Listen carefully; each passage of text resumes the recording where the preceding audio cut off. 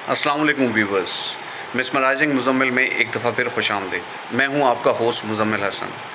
आज हम नहायती नाजुक सूरत हाल के ऊपर बात करेंगे। क्या पहलगाम के वाक़े के बाद भारत और पाकिस्तान एक दफ़ा फिर जंग के दहाने पर खड़ा हुआ है?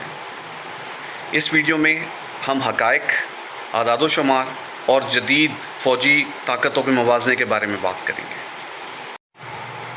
22 अप्रैल 2025 को पहलगाम कश्मीर के इलाके में एक खूनी हमला हुआ जिसमें 26 यात्री मारे गए। भारत ने फ़ौरन ही इसका इल्ज़ाम पाकिस्तान पर लगाया और पाकिस्तान ने भारत की तरफ से इसको फ़ॉल्स फ्लैग करार दिया। इस वाक़े के बाद पाकिस्तान और भारत के दरमियान कशीदगी मज़ीद बढ़ गई।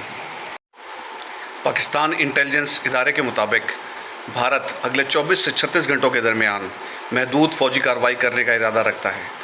बदले में पाकिस्तान भी जवाबी कार्रवाई की धमकी दे चुका है। सवाल ये पैदा होता है कि जंग दोनों ममालिक बर्दाश्त कर पाएंगे कि नहीं। आइए अब दोनों ममालिक की फ़ौजी ताकत का मुवाजना कर लेते हैं। भारत के पास 14 लाख फ़ौज है तो पाकिस्तान के पास 7 लाख फ़ौज। इसी तरीके से अगर बात कर लें लड़ाका तैयारों की तो भारत के पास 730 लड़ाका तैयारे हैं और पाकिस्तान के पास 452। इसी तरह फिर अब बात कर लेते हैं जौहरी हथियार की। पाकिस्तान के पास 170 जौहरी हथियार हैं और इसी तरीके से इंडिया के पास 172 जौहरी हथियार। अगर देखा जाए तो तादाद में भारत का पलड़ा भारी है, लेकिन सवाल ये पैदा होता है कि क्या तादाद ही सब कुछ है? पाकिस्तान ने हालिया दौर में अपनी अस्करी सलाहियतों में नुमायाँ और वाज़ेह तब्दीली लाई है।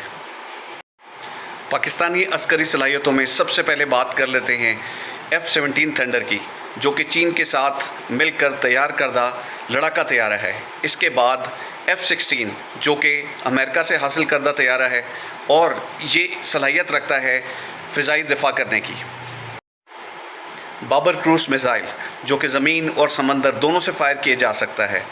नसर मिसाइल जो कि अस्करी सलाहियत रखने वाला टैक्टिकल मिसाइल है।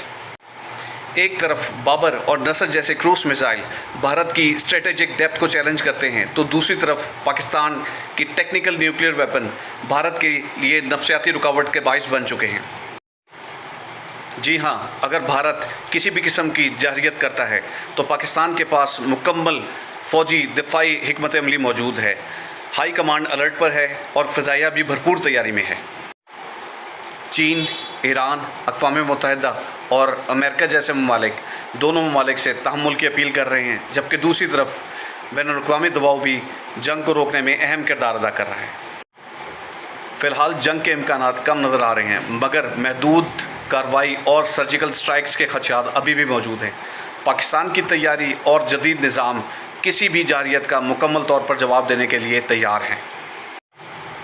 तो दोस्तों, आपकी क्या राय है कि क्या जंग होगी या फिर दोनों ममालिक तहम्मुल का मुज़ाहरा करते हुए सलूशन की तरफ जाएंगे?